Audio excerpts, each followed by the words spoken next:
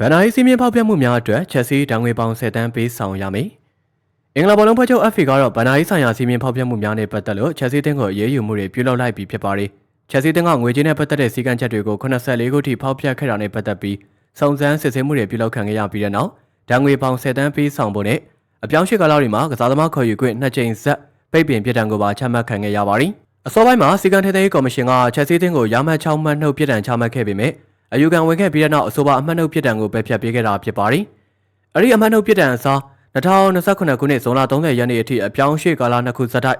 ကစားသမားတင်မှတ်ပုံတင်ခွင့်ပိတ်ပင်ပြစ်ဒဏ်ကိုအစားထိုးပြောင်းလဲလိုက်ပြီ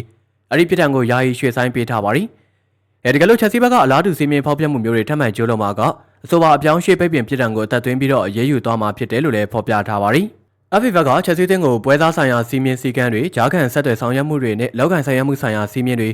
ကစားသမားတွေပေါ်ကိုပိုင်ဆိုင်ခွင့်ဆိုင်ရာစီမင်းတွေကိုဖောက်ဖျက်မှုနဲ့ပြီးခဲ့တဲ့စက်တင်ဘာလအတွင်းကတရားဝင်ဆွဲချက်တင်ခဲ့တာဖြစ်ပါတယ်။အဆိုပါဖောက်ဖျက်မှုတွေက2009ခုနှစ်နဲ့2022ခုနှစ်ကြားကာလအထိအကျုံးဝင်နေပြီ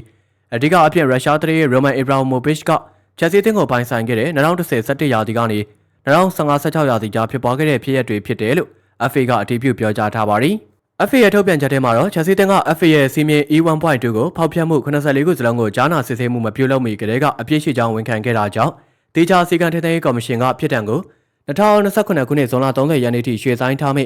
ဂျားထဲမှာ6မှတ်နှုတ်ဖြစ်တံနဲ့ပေါင်10တန်းတံငွေချမှတ်ခဲ့တာဖြစ်တယ်လို့ပါရှိပါတယ်။ဒါပေမဲ့အသင်းဘက်ကအယူခံဝင်ခဲ့တာကြောင့်အယူခံဘုတ်ဖွဲ့ကကြားနာပွဲထပ်မံပြုလုပ်ခဲ့ပြီးအမှတ်နှုတ်ဖြစ်တံကိုပယ်ဖျက်ကအစားထိုးဖြစ်တံအဖြစ်အပြောင်းရွှေ့ကာလ2ခုစတိုက်ကစားသမားတင်မှတ်ပုံတင်ခွင့်ပိတ်ပင်ဖြစ်တံကိုပြောင်းလဲသတ်မှတ်ပေးခဲ့တာပါ။ဒါ့အပြင် FA အနေနဲ့ဒီအမှုနဲ့ဆက်ဆက်နေတဲ့တအူးချင်းစီရဲ့မတမာမှုတွေကိုလည်းဆက်လက်စုံစမ်းစစ်ဆေးနေစေဖြစ်ပါတယ်။ချက်စီတင်ဘက်ကလည်းအဖွဲ့ချုပ်ရဲ့တရားစီရင်ရေးအဖွဲ့အစည်းတွေကနေအသင်းကိုယ်တိုင်တိုင်ကြားခဲ့တဲ့အတိတ်ကစီမင်းဆိုင်ရာကိစ္စရပ်တွေအတွက်နောက်ဆုံးဆုံးဖြတ်ချက်ထွက်ပေါ်လာခဲ့ပြီးဖြစ်ကြောင်းတောက်ချာနေမှာတရားဝင်ထုတ်ပြန်ခဲ့ပါတယ်။2022ခုနှစ်မှာအသင်းကအတိတ်ကဖြစ်ပွားခဲ့တဲ့စီမင်းဖောက်ဖျက်မှုဖြစ်နိုင်ခြေတွေကိုတပ်ဆိုင်ရာစီကံထိန်းသိမ်းရေးအဖွဲ့အစည်းအားလုံးထံကိုစတင်သတင်းပို့ခဲ့တာပါ။အဲဒီနောက်ပိုင်းမှာစာရွက်စာတမ်းပေါင်းထောင်ပေါင်းများစွာကိုလွတ်လပ်စွာနဲ့ပွင့်လင်းမြင်သာစွာလွှဲပြောင်းပေးရခဲ့ပြီးအဖွဲ့ချုပ်ရဲ့စစ်ဆေးမှုတွေနဲ့အနီးကပ်ပူးပေါင်းဆောင်ရွက်ခဲ့တာဖြစ်ပါတယ်။အသင်းရဲ့ထုတ်ပြန်ချက်မှာအတိတ်ကဖြစ်ပွားခဲ့တဲ့ဒီကိစ္စရပ်တွေနဲ့ပတ်သက်ပြီး UEFA ပရီးမီယာလိတို့နဲ့သဘောတူညီချက်တွေရယူနိုင်ခဲ့ပြီးဖြစ်တယ်လို့အခုက FA ရဲ့စုံစမ်းစစ်ဆေးမှုတွေပါပြီးဆုံးသွားခဲ့ပြီဖြစ်တာကြောင့်အသင်းဘောက်ကိုဆွဲဆိုထားတဲ့စီးမင်းဆိုင်ရာအရေးယူဆောင်ရွက်မှုအလုံးပြီးဆုံးသွားခဲ့ပြီလို့ပါရှိပါတယ်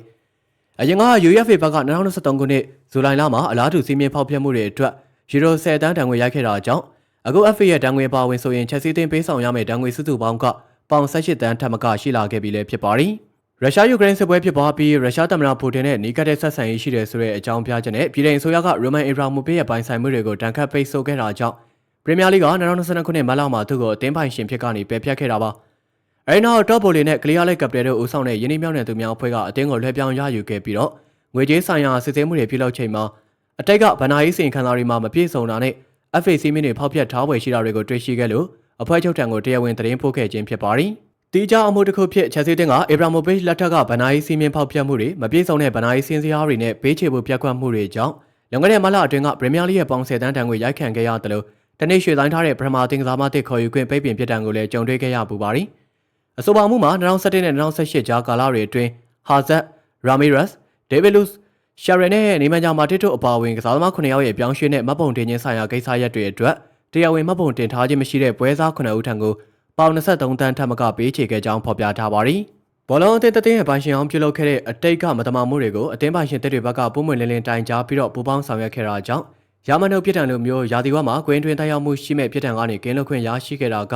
ချက်စီအသင်းအတွက်တော့ကြီးမားတဲ့တပ်သားရမှုတစ်ခုလို့ပဲဆိုရမှာပါ။စီးမြဖောက်ပြမှုအကြိမ်80ကျော်အတွက်ဒဏ်ငွေပေါင်10တန်းနဲ့တင်ကိစ္စပြတ်သွားခဲ့တာကြောင့်အဖွဲ့ချုပ်တွေဘက်ကအသင်းပိုင်ရှင်တွေရဲ့ရိုးသားစွာပူပေါင်းဆောင်ရွက်မှုကိုအတိအမှတ်ပြုရရောက်စေတယ်လို့ချက်စီအသင်းနဲ့လည်းဘောလုံးကွင်းပြင်ပကဗနာရေးရှုပ်ထွေးတွေကိုအပြီးတိုင်ရှင်းထုတ်နိုင်ခဲ့ပြီဖြစ်လို့ရှေ့ဆက်မဲ့လမ်းကြောင်းတွေအတွက်စိတ်ရေးလက်အေးပြင်ဆင်နိုင်တော့မှလည်းဖြစ်ပါတယ်။